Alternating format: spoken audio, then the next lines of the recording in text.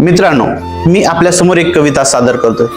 ही केवळ कविता नाही तर चळवळीत आयुष्य वेचणाऱ्या प्रत्येक कार्यकर्त्याच्या मनातील वेदना आहे। आपण पाहिलं असेल की महाराष्ट्राचे उपमुख्यमंत्री अजितदादा पवार जिवंत असताना त्यांच्या चांगल्या कामांपेक्षा टीकाच जास्त चर्चेत होती, परंतु ते आपल्यातून निघून गेल्यानंतर त्यांच्या कार्याचे, स्वभावाचे आणि माणुसकीचे अनेक पैलू समाज माध्यमांवर सामोरे येऊ लागले आहेत। म्हणूनच म्हणतात, महाराष्ट्रात मोठं ना होण्यासाठी मरावं लागतं, पण आपल्या कार्यकर्त्यांचा सन्मान आणि कौतुक त्यांच्या जिवंतपणेच व्हावा, हीच आजच्या चळवळीतील कार्यकर्त्यांची याचना आणि मनापासूनची भावना आहे।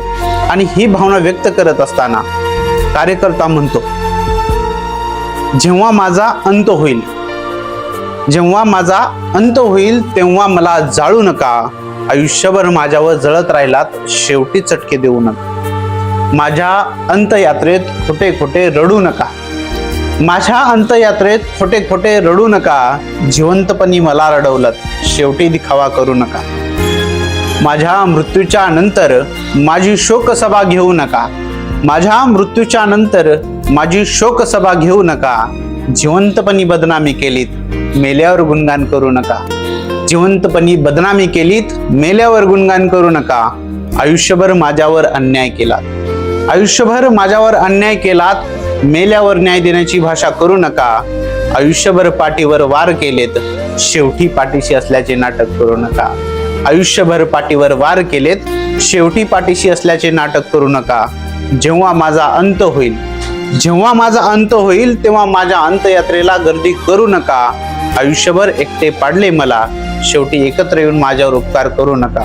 शेवटी माझ्या मृत्यूदेहावर तुम्ही फुले वाहू नका, शेवटी माझ्या मृत्यूदेहावर तुम्ही फुले वाहू नका। माझ्या वेदनेचा गंध फुलांच्या वासात दडवू नका, माझ्या देहाच्या मातीला तुम्ही नमस्कार करू नका, माझ्या देहाच्या मातीला तुम्ही नमस्कार करू नका। आयुष्यभर पायाखाली तुडवत राहिलात, शेवटी पाया पडू नका। काही करायचंच असेल मित्रांनो, काही करायचंच असेल तर एक काम करा मित्रांनो, जिवंतपणी कार्यकर्त्यांच्या वैयक्तिक चुका सांभाळून घ्यायला शिका। जिवंतपणी द्या एकमेकांना साथ, जिवंतपणी द्या एकमेकांना साथ, पण आपसी संघर्षातून नका करू कार्यकर्त्यांची आणि चळवळीची वात आहात। धन्यवाद।